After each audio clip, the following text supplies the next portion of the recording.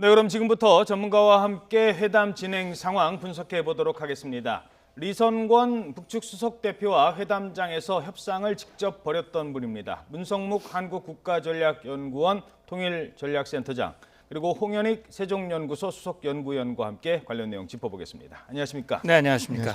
자, 일단 앞에 이제 시작하자마자 조금 전에 이제 그 회담 화면이 들어왔는데 리선권 위원장이 이거 뭐 그냥 공개하시죠 끝까지 이런 돌발 제안을 했어요. 왜 네. 어떤 이유였을까요? 글쎄 이례적이긴 합니다만은 자신들은 뭐 숨길 게 아무것도 없다. 그리고 설사 뭐 핵 문제가 나오더라도 자기네들 할 얘기가 있다 이런 태도라고 이제 볼 수 있는 거예요. 자신감을 볼 수 있습니다. 북한이 핵무력을 완성했다라고 선언한 만큼 우리는 핵이 없잖아요. 그렇다면 북한이 어떻게 보면 협상력에 있어서 우위에 서가지고 자기네가 평창 올림픽만 하더라도 도와주는 입장에서 오는 것이다 이런 태도를 취할 가능성이 크다라고 보고요. 그 얘기는 뭐냐면 오늘 뭐 별 트집을 잡진 않겠다는 걸로도 볼 수 있습니다. 자기네들은 뭐 사소한 일로 트집을 잡아서 공개되더라도 민낯을 보일 일이 없다. 그 얘기는 적극적으로 협력하겠다는 의사로도 볼 수 있고요. 아니면 핵무력 완성돼서 한국보다 오히려 북한이 협상력에서 우위다 이런 걸 과시하기 차원일 수도 있고요. 그런데 이제 우리가 선뜻 거기에 응하지 않고 일단 비공개로 하고 적절한 때가 되면 기자들에게 공개하자 이런 식으로 이제 합의가 돼서 시작이 됐는데 어쨌든 우리가 민주주의 국가라는 거에서 보면은 뭔가 좀 밀리는 듯한 느낌도 들어서 좀 걱정이 조금 되긴 하는데. 그러니까 지금 말씀하신 내용을 조금 더 그 추가로 질문드리면 북한은 만약에 핵 얘기가 나온다 하더라도 이거는 이미 우리는 핵을 완성한 국가이기 때문에 더 이상 남한에서는 뭐라 왈가왈부하지 마시오 이렇게까지 이제 정리가 됐다라고 봐야 되나요? 추정컨대는 미국은 5천 개 이상의 핵을 갖고 있는데 우리 민족으로서 북한이 핵을 개발해서 남조선도 지켜주려고 그러는데 뭘 그거 가지고 그러냐 오히려 남한은 환영해줘야지 뭐 얼마든지 그들이 할 얘기가 있다라고 이제 그들은 생각하는 거죠. 예, 알겠습니다. 자, 이제 그 얘기는 이제 다시 잠시 뒤에 넘어가도록 하겠습니다. 실제 이제 회담장에서 리선권 위원장과 회담을 진행을 하셨었는데 시작할 때 분위기 잡는 게 중요하잖아요. 일단 우리가 모두 발언을 들었는데 어땠습니까? 예, 오늘 모두 발언은 예상했던 대로 굉장히 화기애애한 그런 분위기였고 그다음에 담겨진 내용을 보면 어쨌든 앞으로 이 회담을 어떤 방식으로 끌어가자, 또 기대에 부응하게 하자. 그래서 조명균 장관 민심 얘기를 많이 했고, 또 리선군도 역시 회담이 열리길 바라는 그런 이제 분위기들 그런 걸 이제 강조를 했거든요. 예. 그래서 오늘 회담을 보면 리선권이 뭐 공개 얘기도 했습니다만, 제가 볼 때는 아마 리선권 입장에서는 우리 언론에서는 리선권 투박하고 강직하고 직선적이고 다혈적이고 뭐 이런 이제 좀 부정적인 측면이 부각이 됐는데 오늘 좀 보도 발언을 보신 분들은 아니네 하는 그런 생각을 아마 가지실 거예요. 왜냐하면 제가 볼 때는 아마 리선권은 이번 회담과 이 모든 과정들이 북한 입장에서 보면 위대한 지도자 동지의 크나큰 결단과 시혜와 배려에 의해서 이루어진 것이다. 이건 크나큰 선물이다. 그래서 본인도 선물 얘기를 했거든요. 선물을 안겨주자. 그래서 나는 정말 이렇게 큰 보따리를 가지고 왔으니 이제 남측은 우리에게 뭘 해줄래? 라고 하는 것을 보여주고자 하는. 그래서 통상 보면 그동안 제가 회담 경험을 비춰봤을 때 북한이 이렇게 돌발적으로 제안하는 경우가 있어요. 기본적으로 모든 회담은 비공개가 관례입니다. 그런데 이런 식으로 치고 나오면서 상대방을 좀 흔들고 당황하게 만들고 두 번째는 기조발언 기본적으로 비공개지만 자기들이 불리하다고 판단하거나 또는 뭔가 선전하려고 할 때는 결국은 이 기조 발언을 일방적으로 공개한다든지 이제 그런 경우들이 있습니다. 그러니까 얘기하지 않기로 해놨는데 여기에 대해서는 일방적으로 그냥 공개를 하는 그런 그렇죠. 나중에 뭐 기자들 다 불러다 놓고 한번 얘기해 보자라고 했던 게 아마 그런 얘기도 있을 것 같아요. 그렇습니다. 예, 그러니까 북핵 얘기를 설사 했다 하더라도 우리가 그 얘기는 공개하지 않기로 했습니다라고 한다 해도 북한은 북한대로 나중에 자신들에게 유리하다고 생각하면은 공개할 수도 있는 상황이 될 수 있겠군요. 그렇습니다. 아무리 공개하지 않기로 약속을 해도 나중에 일방적으로 공개해버리는 그런 경우들이 뭐 너무나 많았지요. 예, 알겠습니다. 자, 그럼 다시 회담장부터 시작하도록 하겠습니다. 판문점 평화의 집 2층, 이곳 저희들이 그 관련된 그 지도가 잠시 뒤에 나올 텐데요. 네. 어떤 내용이 어떤 곳인지 평화의 집 주변 상황을 좀 설명을 해주시죠. 지금 이제 보통 판문점에서 남북 회담이 열릴 경우에는 우리 측의 평화의 집, 그다음에 북측의 통일각을 오가면서 회담을 합니다. 예. 통상 지금 판문점 JSA 지금 방금 화면에 보십니다만 여기에 보시면은 지금 남측에 큰 건물이 두 개가 있거든요. 예. 자유의 집과 평화의 집이 있고요. 북측에 지금 통일각이 잘 안 보입니다만 뒤에 있습니다. 예. 뒤쪽에 있죠. 판문각이 있고 통일각이 있는데 오늘 회담이 열리는 곳은 우리 측 평화의 집입니다. 아까 화면에서도 북측 대표단이 걸어서 넘어왔거든요. 예. 그래서 거리가 통일각과 이 평화집의 직선 거리는 사실 그렇게 멀지 않습니다. 그런데 이제 돌아서 와야 돌아서 됩니다. 오니까. 직선으로 예. 못 오고 돌아서 군사정전위원회 회담장 사이 길로 해서 군사분계선을 넘어서 오기 때문에 아마 제가 볼 때는 한 10분, 15분 정도 걸릴 겁니다. 걸어서. 예, 그 정도 걸린 것 같아요. 네, 지금 평화의 집은 3층으로 되어 있는데 1층은 이제 기자들 대기하는 또 이 대기실이 있고 2층에 회담장이 마련이 되어 있습니다. 예. 전체 회의가 2층에 열리고 회담장 앞뒤로 우리 측 대표 대기실, 북측 대표 대기실이 있고요. 그다음에 3층으로 가면 거기서 연회라든지 식사를 할 수 있는 그런 장소가 마련되어 있고 일부 작은 방들이 준비되어 있습니다. 혹시 수석 대표나 실무 대표가 별도로 접촉할 경우 접촉할 수 있는 그런 이 장소들이 마련이 돼 있고 실제 이제 평화의 집은 회담 전문으로 되어 있기 때문에 여기에 이제 연락사무소도 있고 우리가 회담이 진행될 경우 회담 상황을 계속 파악하고 중재할 수 있는 그런 이제 공간들도 준비가 돼 있죠. 그렇군요. 자, 근데 시설을 보면 우리는 이제 CCTV를 통해서 회담장의 뭐 손짓이라든가 이런 것까지도 다 이제 볼 수 있는데 청와대에서 이쪽은 이제 음성만 간단 말이에요. 네. 이게 협상 전략에 좀 차이가 있을까요? 어떻게 보십니까? 사실 뭐 이번 협상이 끝이 아니라 다음에 협상하면 아마 자기네 측에서 그러겠죠. 근데 이번 협상에서는 그들이 뭐 숨기거나 뭐 전략이 크게 필요 없다 그렇게 생각할 수도 있고 또 김정은이 통 크게 나왔는데 그 뭐 회담 장소 가지고 티격태격하는 이보다 그냥 한국이 제안한 거 받아주자. 또 여러 가지 정황이 우리 통일부 장관을 지칭하면서도 조명균 대한민국 통일부 장관 이렇게 대한민국자를 붙이고 대한민국 문재인 대통령 이렇게 우리 국호를 다 사용하고 문재인 대통령의 호칭도 그대로 다 사용해도 남조선 집권자가 아니라 그리고 오늘 10시에 시작한 것도 그들로 보면 9시 반이거든요. 그렇죠. 그러니까 우리가 그 정시에 시작하는 걸 한국 시간에 맞춰줬다는 거 여러 가지로 볼 때 CCTV가 북한 주석궁에서는 못 보고 음성만 들을 수 있는데도 이렇게 했다는 거는 또 지금 뭐 공개로 하자 뭐 이렇게 하는 거 일련의 과정을 보면 평창 올림픽까지 주의제인 평창 올림픽 문제에 있어서는 숨길 게 없다. 뭐 다 대부분 수능해서 응해줄 것처럼 지금 운을 띄우고 있는 것이 아닌가 이렇게 보여집니다. 그리고 사실 뭐 북측 입장에서는 뭐 어차피 청와대에서는 CCTV로 다 보는데 네. 우리 저 주석궁에서는 못 보니까 다 공개해 버립시다. 뭐 그런 차원일 수도 있는지 모르겠습니다. 뭐 농담입니다만.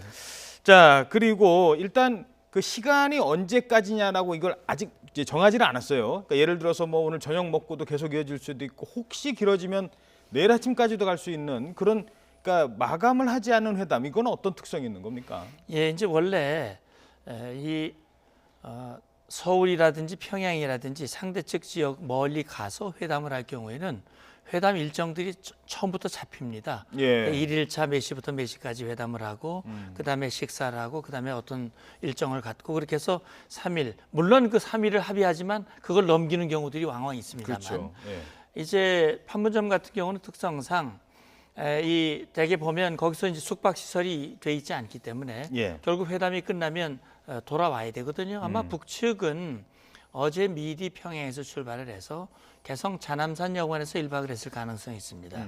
그리고 이제 통일각으로 와서 우리 측으로 넘어왔는데 제가 생각할 때는 오늘 이제 첫 번째 시작 시간만 합의가 됐고 예. 그 다음에 오후에 어떻게 할 것인지 여부는 아마 오전 회담을 하면서 협의를 할 겁니다. 다시 말하면 오늘 오전 회담을 끝내면서 오후 일정을 어떻게 할까요? 아하. 라고 이제 그 자리에서 수석 대표 간에 합의하는 경우가 있고 예. 만약에 거기서 조정이 안 되면 예. 자 그러면 연락관 접촉을 통해서 협의하고 그걸 서로 통보합시다. 이런 식으로 해서 하는 경우도 있고요. 예. 따라서 지금 오늘 중으로 회담이 끝날지 아니면 이제 오늘 회담이 끝나지 않으면 다시 이제 내일 회담이 속개돼서 계속 협의가 될 가능성이 있는데 역시 합의문 작은 내용을 하나 만들더라도 표현 하나하나가 굉장히 민감하기 때문에 시간이 상당히 많이 걸릴 수도 있고 오늘 뭐 또 밤늦게 밤샘을 하면서 협상을 할 수도 있고 좀 지켜봐야 될 것 같습니다. 예. 자, 이제 회담 의제에 대해서 하나하나 살펴보도록 하겠습니다. 제일 중요한 게 뭐 평창 동계올림픽 관련된 거 아니겠습니까? 선수단과 응원단 이 어떻게 올 것인가? 여기에 남북 간에 뭐 예를 들어서 북한에 대한 제재가 또 여러 가지 걸림돌이 또 있지 않습니까? 그런 것들에 대해서는 어떻게 풀어갈까요? 일단은 뭐 이동 방식이 가장 첫 번째로 일단 와야 되니까요. 네. 오는데 육로, 해로 또 하늘로 오는 비행기 타고 올 수도 있는데 고려항공은 제재 대상이고. 국제 제재 많이 받고 있고 네.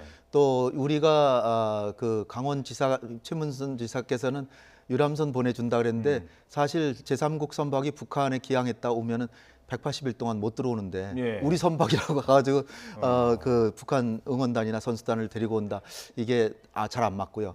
그리고 육로로 오면은 북한 측에서도 그렇게 나쁠 게 없는 게 김정은이 야심작으로 개발한 마식령 스키장 그리고 원산을 대대적인 관광지로 만들려고 그러는데 원산 인근에서부터 출발해서 이 마식령 스키장 거쳐서 이쪽 평창으로 내려오면 직통로가 되기도 하고 언제든지 원산이나 마식령 스키장 오는 길이 열려 있다 이런 걸 과시할 수도 있고 어허. 그러니까 북한으로서도 응할 가능성이 꽤 있다. 예. 그래서 육로로 올 가능성이 이제 크다고 일단은 보여지고요. 크고. 그다음에 이제 공동 입장 이게 2000년에서 2007년까지 9번 공동 입장했는데 동시 입장할 때요? 예. 그거는 이제 우리나라에서 한 대회가 아니었죠.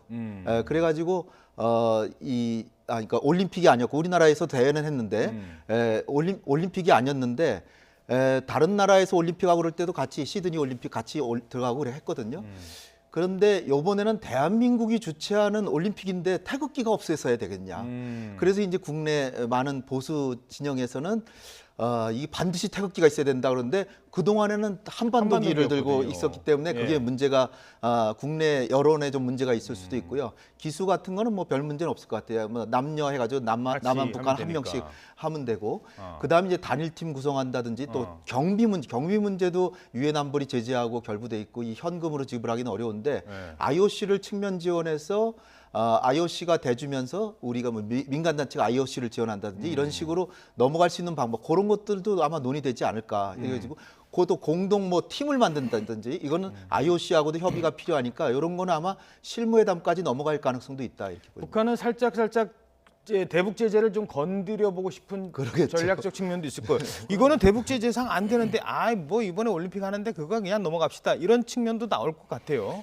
두 가지의 노림수가 있을 겁니다. 한 가지는 김정은이 통 크게 이제 회담도 열었고 또 대표단도 보내고 또 신년사에서 본인이 직접 언급했듯이 이거 평창올림픽은 민족의 대제진이고 아하. 또 이건 성공적으로 열리기를 본인이 진심으로 바란다라고 얘기를 했기 때문에 그건 김정은의 신뢰 지도자의 이미지 또 김정은은 평화를 사랑하는 그런 지도자라는 이미지 다시 말하면 핵미사일 개발하는 그 이미지를 덧칠할 수 있는 아주 소중한 기회라고 볼 수 있거든요. 예.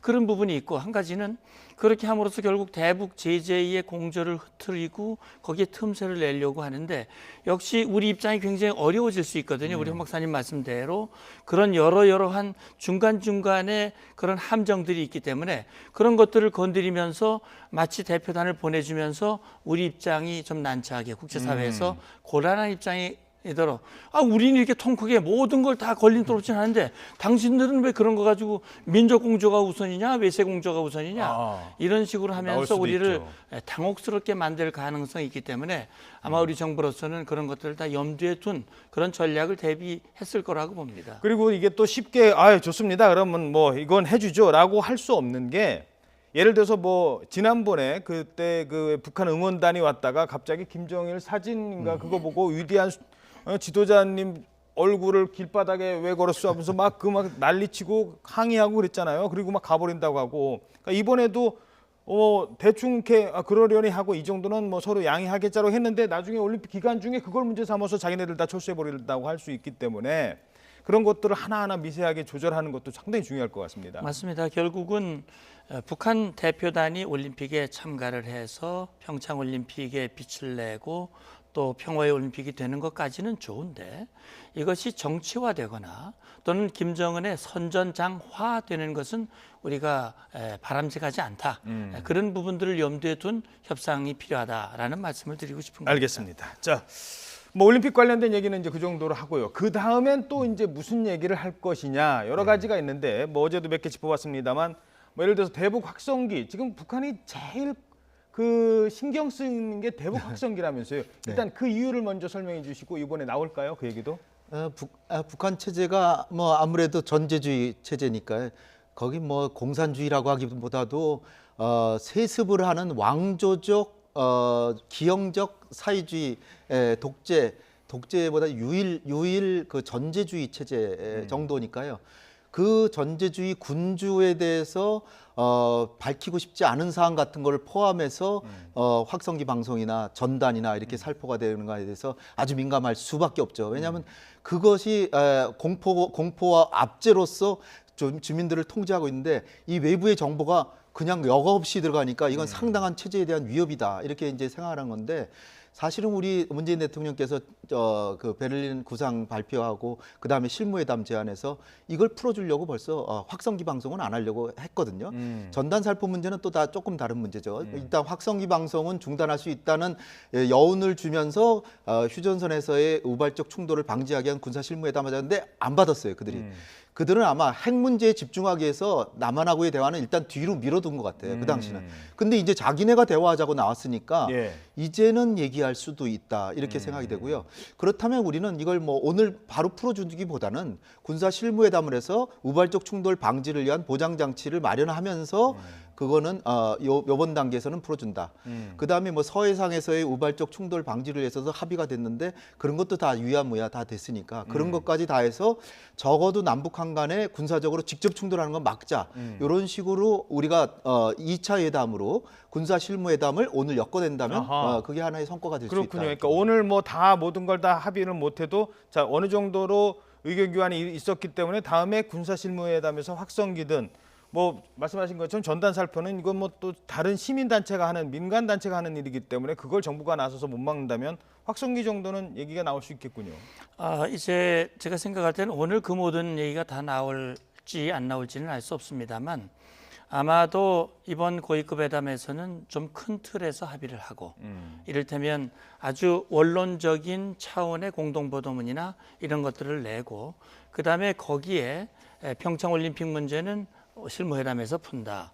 또 기타 문제들은 무슨 회담들을 통해서 계속 협의해 나가기로 하였다라든지 이런 식으로 큰 틀에서 합의할 가능성도 있습니다.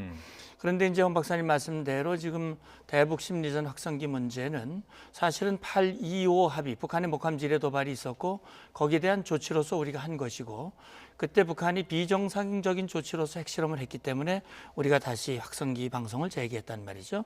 결국은 결자 해지라면 핵 문제에 대한 진전이 있어야 한다라고 하는 것입니다. 우리 정부가 남북 이 회담을 북핵 문제의 해결에 단초를 마련하겠다고 한다면 우리로서는 그런 것을 염두에 둔 협상 전략을 가지고 가야지 우리가 가지고 있는 패나 이런 것들을 쉽게 그냥 내던지는 것은 적절치 않다고 생각이 됩니다. 그 확성기는 또 우리 또 보수 단체의 반발을 불러일으킬 수 있기 때문에 그거는 좀 우리 정부도 신중한 측면이 있을 겁니다.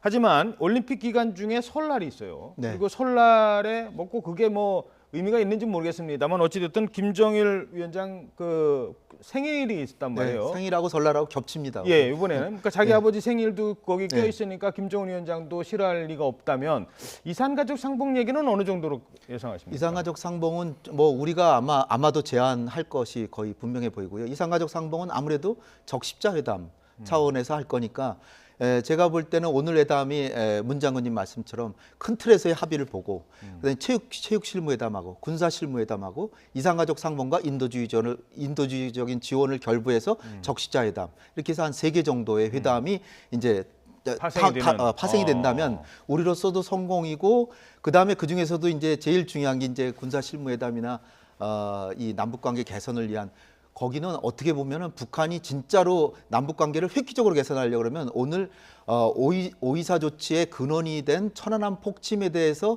구체적으로 지칭은 안 하지만 간접적으로라도 그 당시 2010년에 서해에서 있었던 그 사건으로 남한의 병사들 많이 사상됐는데 참 안타깝게 생각한다든지 이런 식으로라도 자기들이 했다고 인정은 안 하더라도 그렇게 해주는 식으로 해서 우리 정부가 좀 운신의 폭을 넓혀주면 남북 관계는 좀 더 나갈 수도 있지 않을까. 이게 우리 정부가 보수 진영의 어떤 반발을 극복하는 데 도움을 주려고 하는 그런 꼼수라기보다 하여튼 그런 성의를 보일 가능성도 없지 않아 있다. 저는 그렇게 봅니다. 예, 한 1분 남았습니다만 한 가지만 더 짚어보죠. 우리가 설마 올림픽 기간에 북한이 미사일 발사는 안 하겠죠? 라고 생각은 하고 있습니다. 근데 문소환은 안 했어요. 북한도 약속 안 했어요. 그렇죠. 그걸 우리가 약속이라도 구두라도 약속 받아내기 위해서 뭐 그런 약속 좀 하면 안 되겠습니까? 라고 북한에게 제의를 할까요? 한다면 북한은 뭐라고 얘기를 할까요? 예, 뭐 북측에게 그걸 구체적으로 우리 입으로 뭐 그런 약속을 해라라고 말하지는 아마 않을 거라고 보고요. 다만 평창 올림픽의 대표단이 파견이 되면 일단 그건 하지 않을 것으로 보고 또 만약에 그렇게 한다면 김정은이 최고 존엄이라고 하는 김정은이 한 입으로 두 말과 행동이 다른 결과가 돼버리거든요. 이 올림픽의 성공적인 개최를 진심으로 바란다고 얘기했는데 미사일을 쏴버리면 그건 전혀 다른 얘기가 돼버리기 때문에 아마 그렇게 하는 바보 같은 행동은 아마 김정은도 하지 않을 것으로 저는 봅니다. 예, 알겠습니다. 자, 오늘 남북 고위회담이 이제 막 시작이 됐고요. 회담 분위기는 뭐 썩 나쁘지 않고 좋은 분위기로 갈 것 같습니다. 앞에 두 사람 내 모두 발언을 분석해 본다면 이어지는 뉴스특보에서 계속 남북 고위급 회담 분석하겠습니다. 오늘 두 분 말씀 고맙습니다. 감사합니다.